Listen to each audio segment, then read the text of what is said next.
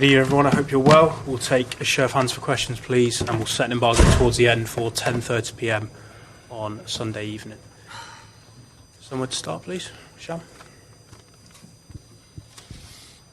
Hi, Pep. You said yesterday you were optimistic about what was going to happen this season. Did we see signs of that today? Yeah, but not for the 5-1s, for in the locker room and the trainings and many things. We are creating a good team spirit with the staff, backroom staff, the players, and of course this finished with a lot late goals. You know, the game was tough, could not be differently, and started really well the game, but after we dropped in the second half, the first action, that just go to Nico, and Nico O'Reilly make a movement with his power until the end. He sent us a message the way you have to play, and we did it, and in the second half we found the goals and were miles better than the last 25 minutes of the first half. A lot of standout performances, but Erling will take the headlines again for his 2 late goals. This is his job, 2 goals and the cross from Josko, and make an assist for Mateus for the 2-1. It's an incredibly important figure for us. It's always had chances because the first half have one in one corner. Dubravka can make a good save. So he always has the feeling that always can score. And yeah, really pleased again for the performance for the teams. I think since United game, the team show another way, another body language, even not playing good against Arsenal, how they defend, how they help each other, and that, as many times, is the key for everything. And after improve the details, improve the second half, why Tijani and Nico O'Reilly should move completely different than they were, is in that position that was really good. Richard? Hi Pep, just wanted to ask about Matheus Nunes. Did the goal and also the cross for the third goal show what he can give you in the final third? And also, could he have done better for the Burnley goal, or is that being unfair on him? Burnley goal, yeah, it was a cross in between there. He can defend, yeah, maybe, I don't know, it was a mid-deflection. But we need his physicality. I need to encourage you to his space, to use more, you know, that energy they have. And of course, with Josko and him, we have, with Kusanov before, we have incredible legs to go backwards in the transition teams. But normally when you play teams like Burnley today decide to play, is a long ball, second balls, and special transitions, and they can help us a lot. But he's a midfield player. In the final third, have the vision to do good passes, to good assists, and I encourage him to try to do it again and again. You had Kyle on for Burnley, also with other players leaving like Jack, Kevin De Bruyne. These players, they know how to win a title.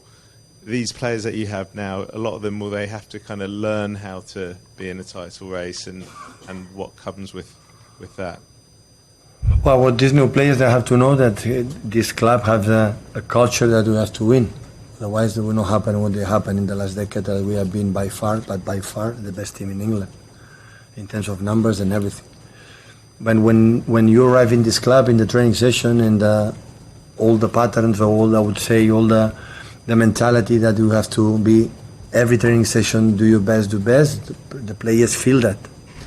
But when we won the Premier Leagues in the past, or the titles, never thought about that after 6 Premier League games. It's just how we have to do to win the game and be better for the next game, And this question, of course, we are a young team today. Important players like Bernardo, like John, like Nathan, didn't play, and players like maybe were not used to play in the past a lot. But I think the team is really good. Always I repeat them. You are so good, guys. You are so good. And hopefully you can believe me.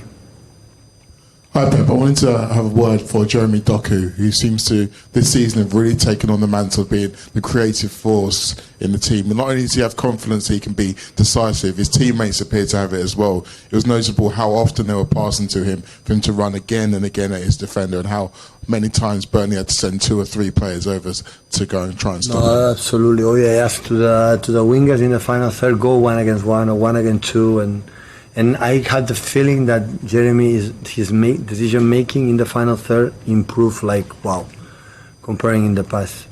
Make an assist to Erling and the goals and see the channels.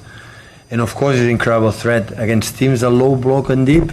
Jeremy is really, really important, but really important. When the team is more the transitional, maybe can struggle a little bit, but when the team is, because he had the ball and bring the opponent to the box, bring it there.